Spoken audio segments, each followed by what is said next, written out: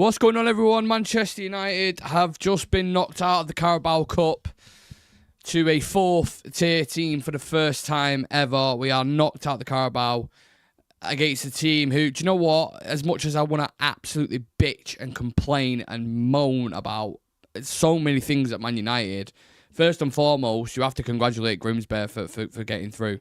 And even though we got to pens, to be honest with you, I still think Grimsby deserved it. They deserve to go through and deserve the night like that. When you've got a team who, I think someone put in the group chat, Sam, Diego Leon's worth 10 times the team or whatever it is, like the whole squad. For them to do that, it is an incredible achievement and cannot be overlooked. Obviously, on our part, it's an absolute, utter disaster. And there is a million things I want to get into. Systems, individuals, the manager, so many things. But just give me your overriding feeling, Sam, if you can even put it in fucking words. Yeah, I agree with you. Burnley, fucking Grimsby Town, all the credit in the world. Like if they were going to pull this off, that is what had to happen. They had to work their asses off, play at their top level with their players on song, and we had to have one of the worst performances we've ever had. And all that stuff happened within that first half, and that's pretty much like why they beat us. Second half, we looked more competent, but again, if VAR was involved, probably would have been 3-0. Yeah, it should have been 4. Could have been 4-0, arguably. Yeah. Like they had another one that was clear. So yeah, they were by the better team by the widest of margins. Probably the same margin we are in the Premier League compared to League Two. That's how better they were than us. We were nothing short of disgraceful, embarrassing. Yeah, we were. I've run out of words, really. Like, I've gone past anger and I've, like, reached whatever is past anger. Like, do you know what I mean? Like, that's where I'm at this point. Like, it is unbelievable what I just seen. Like, unbelievable. I'm actually embarrassed. Actually, yeah. Like, you know, I was speaking to a couple of friends, like, prior to this game, and I was talking about the Arsenal performance, for example, where I felt like there was a lot of merit in it, and I liked some of the things that we were doing, and I think majority of people kind of agreed that we dominated the game against Arsenal. We was the better team. But United are that kind of club. They go and do that against Grimsby. You're like, right, yeah, just completely resets you back to like factory setting. Like, oh no, it still feels like we need to get rid of all these players. It still feels like the system isn't working. New signings today, Cunha and Brian Mbeumo, the most efficient players in the Premier League last season, and both of them missed a penalty. I could not believe Cunha missed his pen. Could not believe it. No. The system is the first thing I want to focus on, Sam, because Amorim is way too rigid in his approach. Yep. He's just not flexible. He's living and dying by the sword, and it's the same stubbornness that killed Erik ten Hag. He's absolutely adamant that he's not going to deviate from this philosophy because it's been successful for Sporting Lisbon, but it is so clear and evident to me, no matter who we play, even in the English pyramid, no matter who we play, this setup does not work. That is why is he not pivoting? Why is he not being flexible? Thomas Frank does it. Arne Slot does it. He's going to live by his principles, isn't it? And it's going to cost him his job. Like, it's that simple. Like, he can go away and be like, oh yeah, I won't like divert from my principles. I won't stick away with it. Well, it's going to cost you your job. That's what's going to happen. If you carry on with this, it will cost you your job at United. Like, that's what's going to happen. So he has to accept that. I find it really disturbing that every single team knows exactly how to beat us and they can explain it within a sentence or two. Crystal Palace manager has explained it. Who did we play at the weekend? Fulham. Marco Silva explained it within about 2 sentences, how to beat us. Would not surprise me if we see an interview with, I'm sorry, I don't know the Grimsby manager's name. I should. Yeah. It would not surprise me if he goes, yeah, we knew this, and this is how we did this. So if a League Two team can figure you out, you're in serious trouble. Like, you're in serious trouble. When Ruben Amorim first came in and he was talk of this back 5, back 3 system, I wasn't against it because I've seen it work before. I've seen managers use it and be efficient. Xabi Alonso, Nagelsmann, like, it can be effective if you do it the right way. But you watch this team at the minute, the players, how far spread out they are, the spacing issues, the 1v1s at the back, the 2 in midfield. Especially, I mean, Cobby looked a lot better in the... he did. In the second half, he was much better, and he started to kind of peacock a bit, and I was like, okay, that's the Kobe Mainoo that we know. Mamu Ugarte, for everyone in the chat, don't even fucking speak to me about that guy. Do not speak to me about that guy. Diego Dallo. Oh Seriously. my goodness me. Diego Dallo, like, Jesus Christ. Oh, Can Nano. I just say, that guy I've been done with for about 6 months. Like, I'm done with that guy. That is another question entirely. But just we touched on Xabi Alonso there. Obviously, he's gone to Madrid, and everybody's he's going to play back three. He's going to play back. What's he done now? What's he pivoted to? He's gone to a back four. Yeah, because he realizes he can't do the system at Real Madrid in a back three with the players that he has. He can't do it, so he switched it. And what happened? I think Mbappe has got 6 goals. I think Vinicius Junior's got 5 goals. Like, they're scoring for fun and they're beating teams. He's worked it out and he's pivoted. And everybody say Xabi Alonso plays with a back five. That's what he's going to do. No, he's gone to Madrid. He's changed it up and he's moved it around and he's become a successful manager. If Amorim does not change this, he's going. He will be sacked before. I know we've got an international break next week. Probably too early for them. But whenever the second one is in November, it'll be gone. It'll be done. All the best managers are flexible. Pep's done it. He reinvented his team a million times. Thomas Frank was playing predominantly more kind of a similar system to what we're playing. Sometimes split back five. He had a back five most split striker system. Yeah. And then it's gone to Spurs. From what I've seen, it's been more of a 4-3-3 at times. Yep. Been a bit more attacking, playing to your strengths.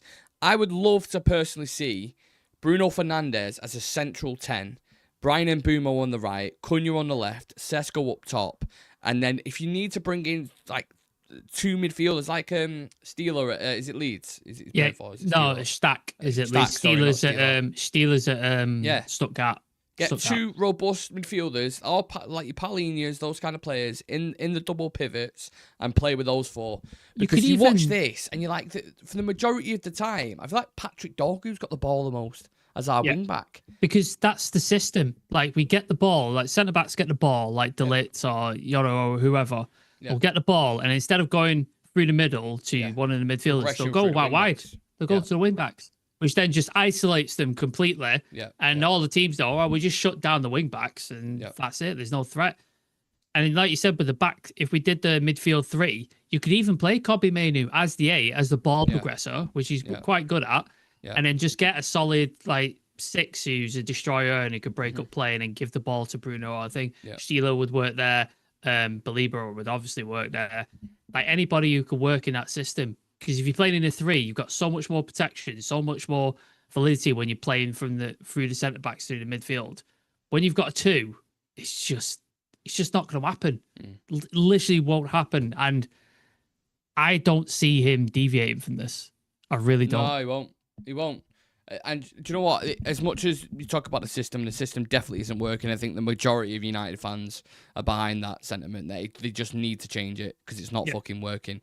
The individuals in this team, Sam, I don't even know where you want to fucking start with this. We'll get into the comments in a minute, by the way, I promise you, but it's just a few things that I want to kind of go through. Don't know where you want to start with this. If you want to go to Onana, Dallo, Ugarte. Let's start with Onana, because the first goal, he should be saving that. It's at his near post. Yeah. How many times have we said that before, though? What is he doing? How is he not he's putting that out? Honestly, he's one of the worst goalkeepers I've ever seen. He really, really is. He's terrible. You run out of words. He's got worse. It's got worse. He's so fucking bad. Last year, he had moments of like calamity and stuff, but then he had moments of like decency, like the Crystal Palace save and the penalty save of Copenhagen. All that. This season, he's been worse. He's got worse. Like, I obviously got worse. Like, I don't understand it. Like, he's at fault for the first goal. The second goal, no idea what he's trying to do. I have zero idea what he's trying to do. Even when it's getting played back to him from a centre back, you're watching, your head in your hands, and you're like, oh God, don't play. Even the crowd just started jumping on his back. And you're like, oh, that is just a mess there. And that whole back line's a fucking complete mess. Just to sum him up as well, penalties, he saved one and then got near none of them. And the ones he did get a hand on, they just he had poppered on wrist. Flapjack hands is what it was. Fucking thing. And then he goes scores the penalty. I really don't understand him. I really don't. It's the most baffling character I've ever seen. Like, it's so weird. It's so fucking weird. The recruitment of both of those goalkeepers, Terrible. whoever signed off on them deals needs to be taken out back, honestly. They are two of the worst goalkeepers I've ever seen. And that wasn't the whole reason why we lost the game. I thought, definitely not. I thought Fredrickson was fucking bad. Yeah. I know he's a young kid and he'll learn from it. He struggled quite a lot. I don't want to shove a load of blame onto him because, like you said, he's what, fifth ever game for United. Like I don't. You have to cushion it with that. Yeah. I get that. Yeah. Aiden Heaven again is a young centre back. Yeah. Recently, I'm watching him. His first touch is such a heavy touch, and it's like clunky with the ball. Like they need a lot of work. And then you try to progress it through the middle. The likes of Diego Dallo, man. Dallo is in the same camp as fucking Get in the fucking bin.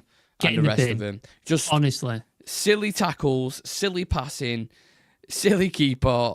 Everything's just mediocre, innit? Really mediocre. How many times does he get the ball, starts to progress forward, realises I can't do this, stops, and then turns back, and then gets dispossessed? Gets his pocket pinched. Like, how many times do I have to see that before Amorim goes, "Nah, I'm not playing this guy.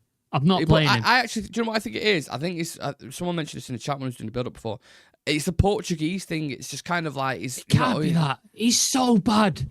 He's so fucking bad. He is. He's bad. Like, I said to Dan on the pre-match build-up, we was talking about Dallo, and we was like, "How is he still floating about this team? How have we not sold him yet and brought someone else in?" Because he's 26 now. He's technically 27, getting into his prime. This is supposed to be his best years. He should have improved. He should have improved by now. And he's gone backwards. And he hasn't. Yeah. All right, let's get into the comments before my fucking head top completely blows off. Craig the Unicorn, I couldn't have been more wrong. Absolutely embarrassing. Tim99, I'm stunned. Can't remember such an embarrassing result. MK Dons, maybe. Southend United, a couple of people shouting. Random saying, I wish it was Amorim's fault. I truly wish that, so I can say Amorim out, but these players are unreliable. What is going on? Agreed. I've never been more seething and fed up at the same fucking time. The manager's going to be under the cosh on Saturday. The worst decision I've ever seen picking Onana tonight. Andy's in the chat saying, I feel like something has happened in the changing room. Way too many players are out of form. Could be. Alicia, Amorim has his little magnets, though. Yeah.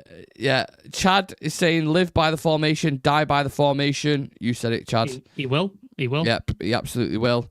Bring Thiago Motta in. I think he would be good for United. Thiago Motta did horrendous at Juventus, though. That's why he's gone. He was shockingly bad at Juventus. Dan saying, I bought the subscription for all the games that United's going to play in the EFL. Sorry, Dan. I'm so sorry. I'll pin that comment. I'll pin that comment. Paid the full subscription and we're already out. R.I.P. in the chat for Dan. Dan, you should contact the English Football League for a refund, mate. Yeah, definitely contact for a refund. James McGrogan, evening. Sam, Nick, you lot in the chat. That's all I have to say. Yeah. Sometimes. Cheers, mate. Sometimes silence speaks volumes. The problem today was the back three come on. Real have been shit anyway, carried by Mbappe.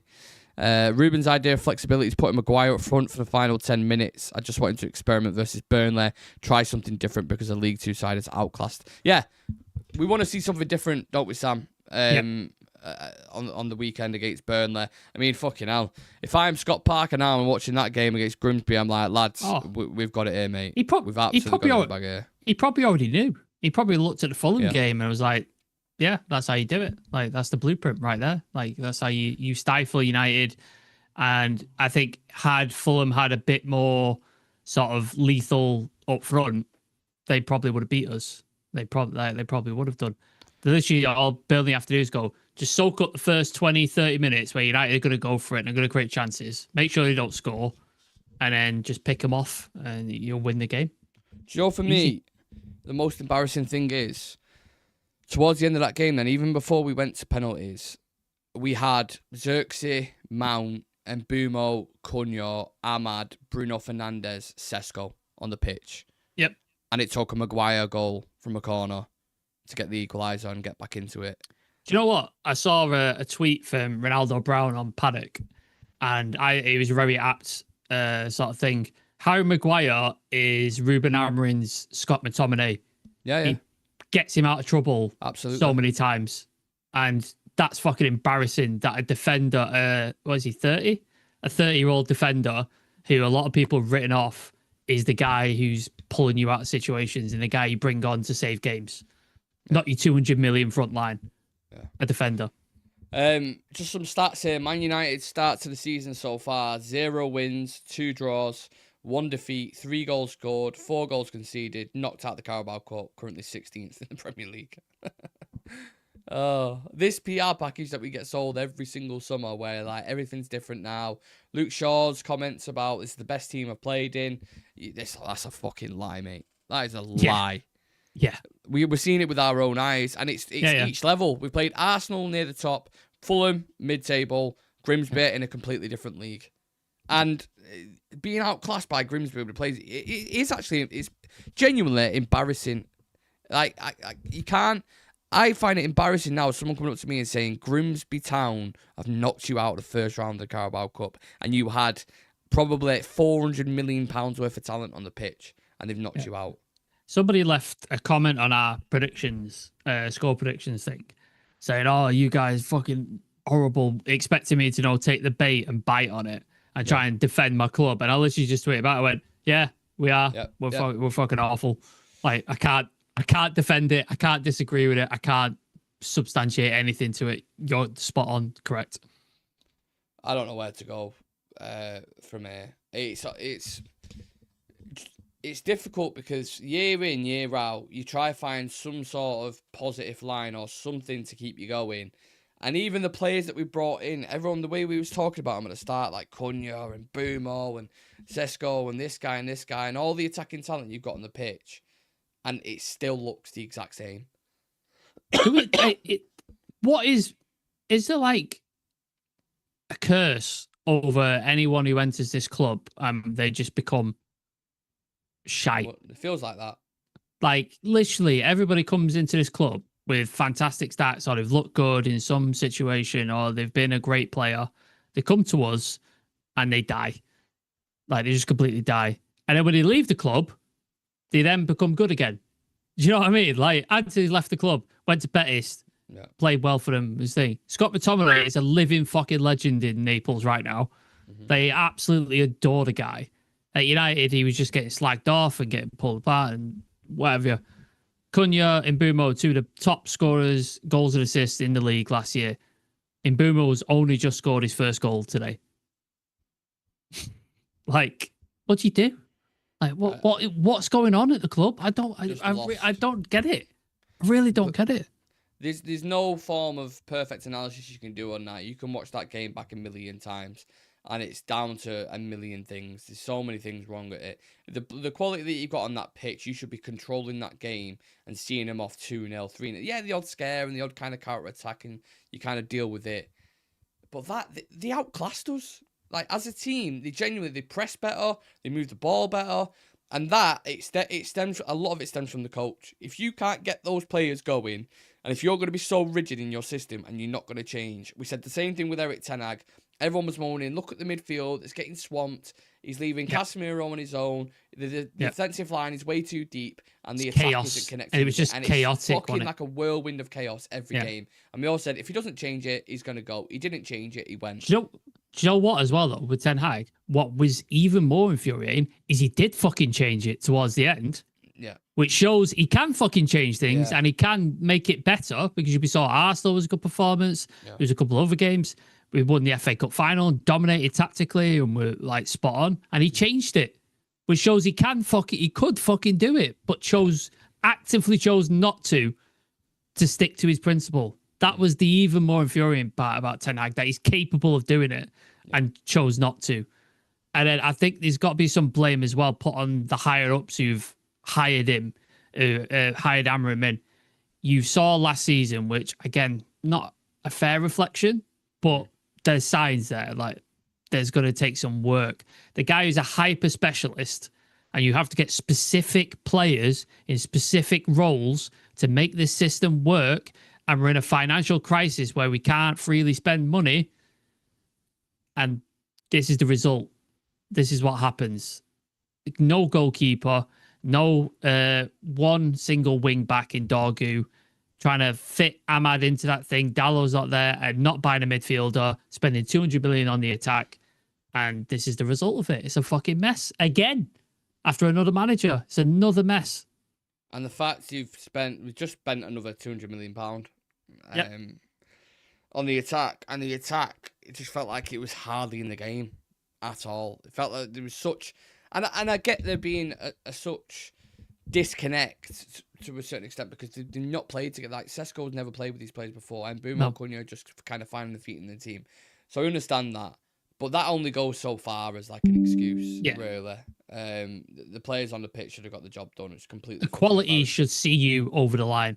The quality should see you to the point of winning that, especially against a League Two opposition. No offense to Grimsby Town, but the quality that you have should see you win that game. It just has to. Everyone's talking about the transfer market and spend this and spend that. I just don't see it working. I don't. Even if you brought in Belieber, brought in whoever, it won't work. It just won't. To get it to work, you'd have to bring in a top class goalkeeper like a Donnarumma or something like that. Mm-hmm. You'd have to bring in a world class wing back, right wing back, and then you'd have to bring in Belieber and possibly another midfielder on top of that as well, which is going to cost you another 200, 300 million. Yeah. Where are we getting that money from? You still got to shift out players in Garnacho, Anthony, Sancho, Malacia, possibly Onana and Bay India as well. If you add on top of that, if you are getting a new goalie, nobody wants to buy him. So you're fucked. You're royally fucked. You know what? You mentioned the wing back there. I love Amad Diallo more than most people. I've been such a big advocate for him in the team. He was so good last season. That's the worst game I think I've seen from Amad. It was terrible. It was fucking terrible. I couldn't believe it. Some of the touches, giving it away, it looked he just didn't look up for it. And I don't know if his feathers have been ruffled by him being pushed to wing back. I don't know. But even then today, he's playing further up and he was even worse. Yeah. Genuinely even worse. I can't put my finger on this club. It's something that's, I don't know if intangible is the right word. There's nothing I can say that's the reason why. It just seems like a miserable cloud across the whole of the club on a consistent basis, and no one can seem to fucking sort it out. Everybody goes, oh, it's recruitment. So you buy players. It doesn't fix it. All right, it's the manager. You get rid of the manager, change the manager. Nah, it's still there. Right, it's the owners and the recruitment structure. All right, we'll change that. Well, we'll not change the owners, but we changed the footballing owners and got new recruitment people in and the higher ups and all that. Right, okay. No, it's not that. All right, it's a training ground. All right, spend 50 million on that, re-upgrading that. No, it's not that. All right, we're going to build a new stadium. At what point do we run out of things to saw and try and it's still not working? What do we do then? What happens then? Do we get relegated and just disappear like City did? I don't know what happens from here. How are you going to convince fans that selling Kobbie Mainoo is the right thing after a performance like that? Oh, there'll be a fucking riot. If he goes, if they sell him, and if they sell him for the price that the Athletic are reporting, 45 million, you remember the people on the pitch during the European Super League and stuff that we were allegedly there, maybe not allegedly there. That'll be the level of riots going on if you sell a Mancunian-born academy player for £45 million, who's arguably one of the best midfielders we've ever produced in the post-Fergie era. Riots. Riots. Andy Williams just put, ironic, him talking about a storm coming and there was fucking lightning tonight. Mm. Right, let's go back through some more of these comments. If anyone's got it in him to be asked to leave a like in the video for us, I'd appreciate it, but I understand it's difficult times, so not a problem. Dave Artell, the Grimsby manager on Manchester United, they've got an unbelievable manager and they were on the right track. It just gets worse tonight. Is he taking the piss? Is that ironic? Is he being sarcastic? I read that in a Ricky Gervais office kind of way. I read that. I read that, and he was doing the Dr. Evil thing where he's going, he's a great manager. The penalty score with Grimsby 12-11, not 15. Listen, mate, we lost on penalties. I counted it on the thing before. If it's 12-11, 50, I don't care. We lost on penalties. No. It is what it is. Not the time to be pedantic. It's become rehabilitation centre with all the drugs available inside to make the incomers worse. Thing is, I couldn't tell you a manager as a backup plan because of the back five system. We had overlapping centre backs before GTA 6 game gone. Yeah. Oh, God, these comments. Serinath says, brothers, I feel it's time. You have to elaborate on that. Time for what? Mm-hmm. Matano, Xabi Alonso switched his system to a 4-3-3. Why can't Amorim? Made that point earlier. Yeah, he needs to. I genuinely have no idea what to think after tonight. Mad how quickly all optimism can just evaporate. I've just seen a quote. Apparently, their goalkeeper, Christy Pym, is a United fan. Yeah. So he's put, it's hard to believe I've always been a Man United fan. I'm half fuming, to be honest. Yeah. Fucking hell. His penalty was good, by the way, as well. It was decent. Yeah. Rain is saying, Sam, spot on, the quality should see you over the line. Grimsby had a better keeper in net than us. Unacceptable. It's not even a joke, that, is it? It's not even a joke. Like, Grimsby had a better goalkeeper than Manchester United. No, they did. 100%. That's fucking insane. Yeah. That's so insane. Yeah. Honestly, though, considering how bad we are, do you think relegation could be a thing? If you could put in performances like that in the league. But let me ask people the question, Mike, because this is where I get confused and pickled in my head. Were Arsenal that bad on the opening day? They were bad. They definitely were bad. But we was good. Agree. Yeah, we were. That's why I'm so confused. Like if we had a decent goal in there, we probably draw that game minimum, don't we? Yeah. We probably minimum, like 0-0 that ends. And then people are probably thinking 0-0 draw against Arsenal, not a bad result. And maybe the Fulham result isn't as bad, like, going in. But yeah, I think Arsenal were really bad. Yeah. But yeah, it's so the level, weird, though, the drop-off. Oh, it's unbelievable.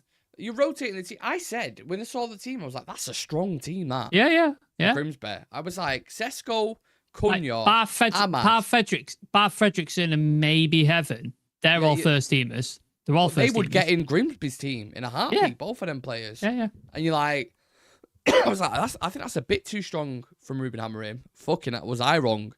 Jesus Christ, was I wrong? Adam Partridge, big up, lads. Don't know what to say about Man United tonight. Are you Ruben Amorim out, lads? I'm just United out at the minute. I was joking before saying I'm going to watch a different sport. I've already took up golf. I might watch golf. Should we, or something different. I don't know. Should we change the channel to like a wrestling channel? Yeah. Should we do that? Like, let me think. Real Graps talk or something. Real Graps talk. Real rope talk. Yeah, something like that. Let's just make it a wrestling channel because anybody in the chat? I can't fucking be arsed. It's hard, isn't it? Like, being honest, it's so hard to support. I will always support it because I'm a fan, and we both grew up a fan, and we love United. But it is so difficult to support this club at times because it'll take you on a bit of a positivity roller coaster going up, and then it'll go fuck off right back down. A little bit up, and then fuck off right back down. It beats you up emotionally. This club. It is the girlfriend that you can't seem to leave. Yeah. And she'll be good for a day, and she'll make you dinner, and she'll buy you a present, and you're like, oh, she's changing. Maybe she's changing. And then the next week, she's cracking you around the head, breaking your shit, and calling you names and stuff. And you're like, oh, yeah, no, she's still fucking nuts and psychotic. Yeah. And that cycle just continues. And you can't leave, and you can't get out, and you can't get away. It just continues on for years and years and years. But you had this really good relationship for about 20-odd years where she was perfect and everything was going well and stuff. And then she went away for a bit, and then you got with a new girl, and then everything's just gone to shit now. Everything's just gone to shit. Yeah. 2 questions then, going into the game against Burnley. 1, are you starting Tom Heaton in net? That's my first question. Can it be any worse, honestly? You've got to start him, haven't you? Can it be worse? Like, there's no way it can be worse with Tom Heaton in net. It cannot be worse. Yeah. It's ridiculous at this point. I genuinely would start Tom Heaton. And then the second question is, if we don't get a result against Burnley, you've got an international break coming up. Are we already at that point where you go, Ruben Amorim might actually walk? He might walk. That I could definitely see that. Yep. I could see him walking. I don't see him being sacked in the first international break. I don't think the next one in November, I could see it because that's when was that when Ten Hag went the second international break in November. Can't remember. I think it was. I think that's when he went. Was it after what game? Was it West Ham? Was that the game? I can't remember what game it was. But yeah, that I could see that one. I think. But yeah, him walking, I wouldn't put it past him because he said it in an interview, didn't he? He said he considered it twice last season, walking and saying, I don't want compensation and stuff. So I could see it. Yeah. I could definitely see it. Ruben Amorim's last 28 matches in all competitions, 9 wins, 7 draws, 12 losses. Not good enough. That is bad. Not good enough. Not good enough. That is so fucking bad. Here's another stat for you. We hated Ten Hag and the sort of record stuff. He had a better record than that. Yeah. Man United, with a squad valued at €887 million, have been knocked out of the Carabao Cup by Grimsby Town with a squad valued at €3.6 million. Jesus Christ! It's probably the lowest point. Would you say? It's got to be, hasn't it? Yeah, because we thought, was it 7th under Ten Hag? We thought that was the lowest point, didn't we? Well, 7th, 8th we finished. But I mean, in terms of an individual match. A game. There's been that West Ham game was pretty shit. The West Ham one, the Liverpool one under Ten Hag as well. Liverpool, yes, 7-0. That was pretty bad. But losing to Grimsby, every single Bournemouth game we've ever played. Yeah, or Brighton. Bad. Yeah, I think it's got to be the worst one. It's up there. It's definitely up there. Definitely is. Joe C saying Amorim should walk tonight. That was shameful. I'd be embarrassed to have coached that disaster. I'm just waiting. I'm really curious to know what he said after the game. I can't see any quotes. Do you reckon he's refused to do an interview? It wouldn't surprise me, but I've not seen any quotes at all. Here we go. Amorim, the best team won. No shit, Ruben. No shit. Always just said, yeah. Wow. Genius. Absolute genius. United's soul is taken from its body. That's from Brandon Anthony. To be honest, ever since Bruno, Man United aura has changed. I won't blame it on Bruno. Bruno didn't even start the fucking game. No. Why did Amorim keep Onana on? Because I don't think you change a goalkeeper at half-time, do you? It's not a thing like you disrupting it. If they concede again, it's one of them. It doesn't matter what we would have done in that game. It just felt like we were game. Destined to lose. Yeah, you ain't going to win. Regardless, whoever you bring on. Grimsby had to have an average to poor game for us to win that game. Yeah. That's what had to happen. But they were fucking on it from minute one. Like, they were just on it. And then the only reason we got back into game second half is they started to tire a little bit because they'd just been so full throttle. It's the only reason we got back into it. Yeah. We chucked the kitchen sink at it as well. We brought Bruno on, brought De Ligt on, brought Mbeumo on. We just fucking chucked it and we still couldn't get a result out of it. So, yeah, there was no way we're winning that. Oh, what do we do now, ladies and gentlemen? What do we do? A lot of thinking to be done over the next couple of days. A lot of analysis to be done as well, which will be done on this channel, discussing the game once we've kind of settled down a little bit emotionally. I'm not going to watch the game back, but I'll watch bits back. I'd rather staple my eyelids to the table and watch that back.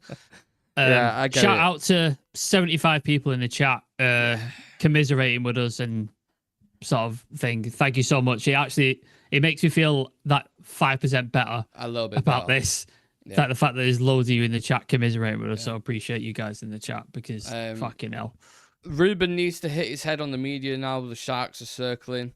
The game needed disruption. Taking Onana off wouldn't have made it worse. Andrew Potter saying, why have we spent so much on attackers when our midfield and goalkeepers are awful? It was a similar argument with Mount, wasn't it? When we brought in Mason Mount at the time, it was like, hold on a minute. Why are you buying a 10 when we've got Bruno Fernandes and there's a glaring hole in the midfield?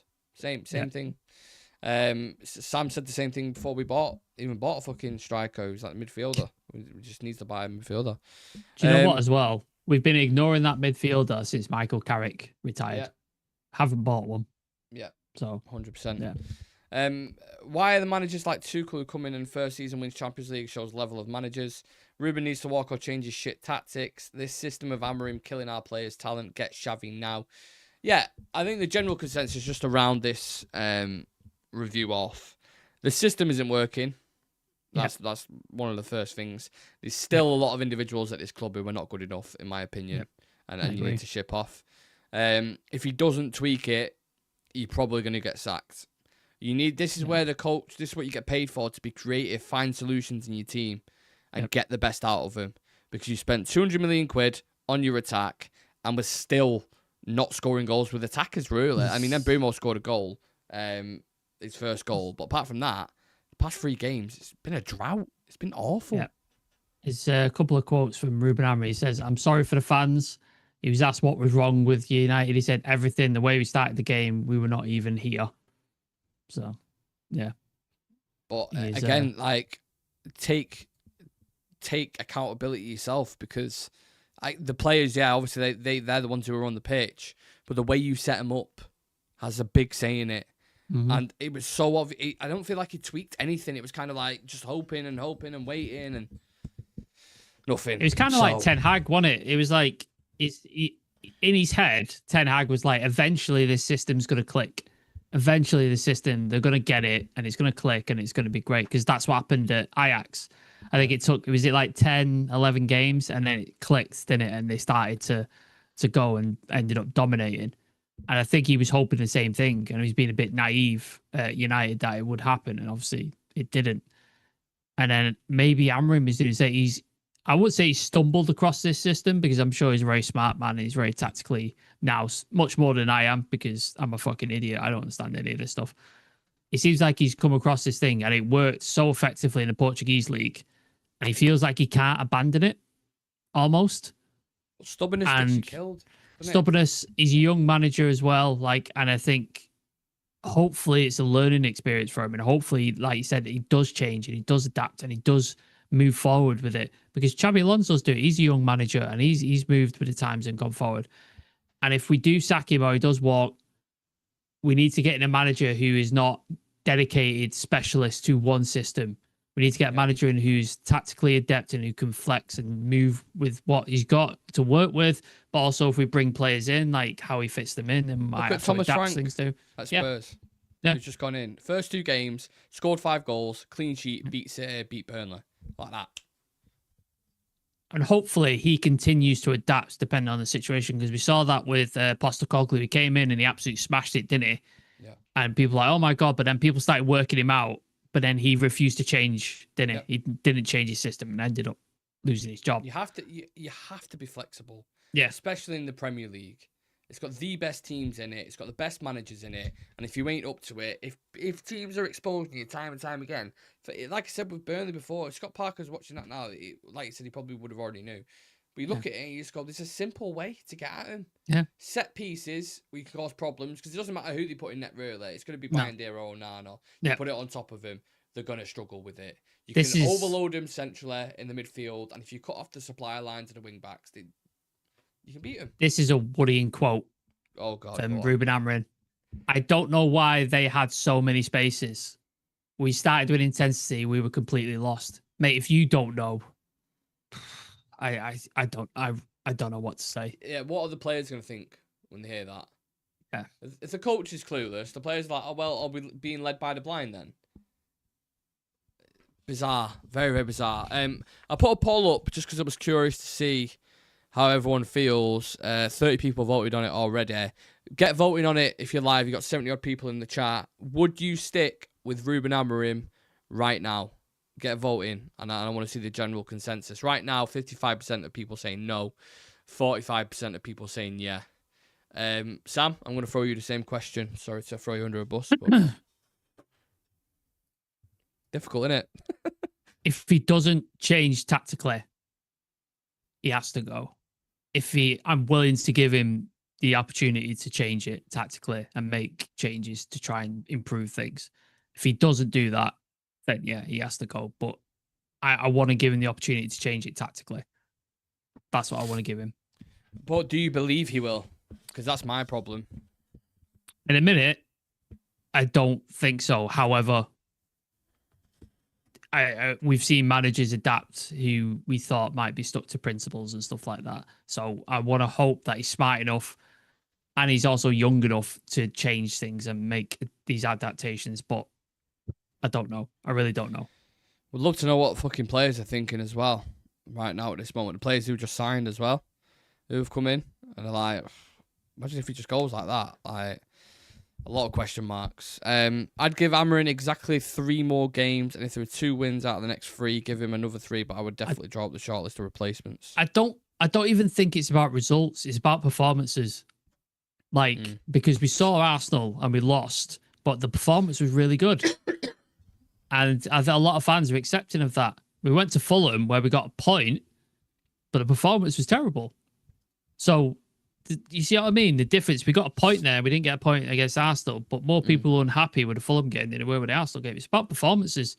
You need to have better performances in these next however games until the second international break. Every game needs to be a good performance. Win, lose, or draw, it has to be a good performance. You can lose, but you have to lose performing well. You can win ugly and you can win shit, that's fine. Yeah. But if you lose, you have to lose performing well. It has to be that. So if I don't see good performances, it doesn't matter if we win or lose, because that's not going to improve the team and we're not going to move forward. Just the last quote from Amorim, and we'll actually head off. I think the best team won, the only team that was on the pitch. The best players lose because one team can win against any group of players. And I think the team and the players spoke really loud today. So that's it. We lost. The best team won. What does he mean by that? Well, the interviewer followed up. I've just seen that quote. The team and the players spoke really loud for me. The interviewer, what do you mean? Amorim, you know what I'm talking about. I don't get that. Do you get that? No, I don't know what the players spoke really loud today. Yeah. Is that him saying they did the speaking on the pitch? So the second string players who came on? I assume so. Is that what he's angling at? So basically turn around and say, you all want game time. You all want to play. Look what happens when I fucking rotate the team slightly. Yeah. Average. But he said below average. He put you know what I'm talking about, which I'm like, it's a way of saying basically the players that he played today just didn't do him justice at all. So yeah. Interesting. I'm of the notion, just to go back to the thing we spoke about before, I'd give him the Burnley game. If it's really bad performance against Burnley, you've got an international break there. That's all I'm saying. Who'd you go for? Who'd you go for? To be honest, though, you can get a manager to come in who can perform better than this. Yeah, no, I agree. But you could get a short-term manager in, which probably will be the case. I don't think anyone else will do that, though, will they? But long-term, what is the plan? You need a long-term plan. You can't just be a quick fix and be Xavi in. Because that's not a long-term plan. He's not a long-term manager. You need a long-term plan. So, what do you do? Where do you go? Also, James just made a really great point. Any manager with any sense would stay well away. Well, yeah, that's another point. If you get offered a Man United job and you're at a club where you're doing well and things are going well, are you going to go, oh, yeah, I'll go to United? Yeah. It's a Ferrari with an engine that keeps breaking every time someone fucking gets in it. That's what it is, basically. Every manager's come here, it's just crumbled them completely. It just seems like forever a task that's just never going to get completed. Amorim went on to say, after Burnley, the problems will be sorted out during the 2-week international break. What? Is he probably referring to the transfer market, I'm guessing? I don't know. Because if they was pushing for a keeper anyway in Le Mans, let's say, for example, by any stretch, I'm not saying he's going to solve problems at all. No. But it's unfair as well. It's unfair to put that expectation on Son Le Mans as well. It's very unfair. But if that's what he's referring to, that they're going to go buy a midfielder, they're going to buy a goalkeeper, naturally it should improve things anyway because of how bad they are. But with that, I've seen enough already. Me in the first few games. Can we ban Liz from the chat? She wants Ange for manager. Do you know what? You're going to get banned. She messaged me before the game and she said, I reckon you might just win 3-2 today, I think it was. But Onana's in net, so you're definitely going to concede 2 goals. We went 2 down. She went, I told you about Onana. Why is he still here? And this is the thing with Onana. He's still here because we can't sell him. Yep. No one wants to buy him, and rightfully so when you're watching fucking performances like that. Nobody wants to buy Bayindir, who we also need No to one sell. wants our goalkeepers. So, no one wants him. The keepers don't want to leave. We can't shift them on. That means you've got 3 goalkeepers. We're already bringing in a 4th one. Yep. I'm an expert. Right. Sure. I'm going to leave it at that because there's only so much moaning and how miserable I can be, genuinely. I'm a tired man. That game's completely broken me. You've got one game on the weekend against Burnley, which I'm going to be at.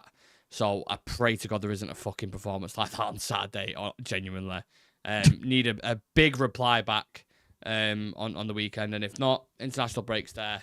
Let's see what happens, ladies and gentlemen. I see France but Luis Enrique. Yeah, he's a great manager, but he ain't coming here. Why would he leave PSG to come here? Like, what would he? What?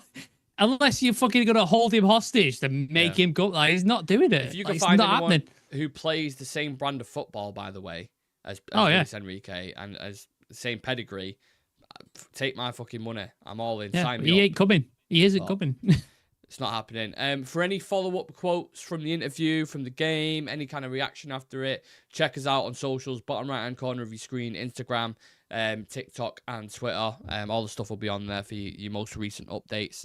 And apart from that, we'll be back tomorrow, breaking down the game a little bit more, bits of transfer news, because there's movement on the Højlund and the Garnacho situation, so we'll be very, very active. I would suggest people to turn on the notification bell, so when we do go live, you don't miss a thing, because I'm guessing it's probably going to be an afternoon show tomorrow as well. And yeah, get some sleep, get a bath, relax, take your mind off football, because United is an utter fucking disaster. Appreciate you all. Me and Sam will see you.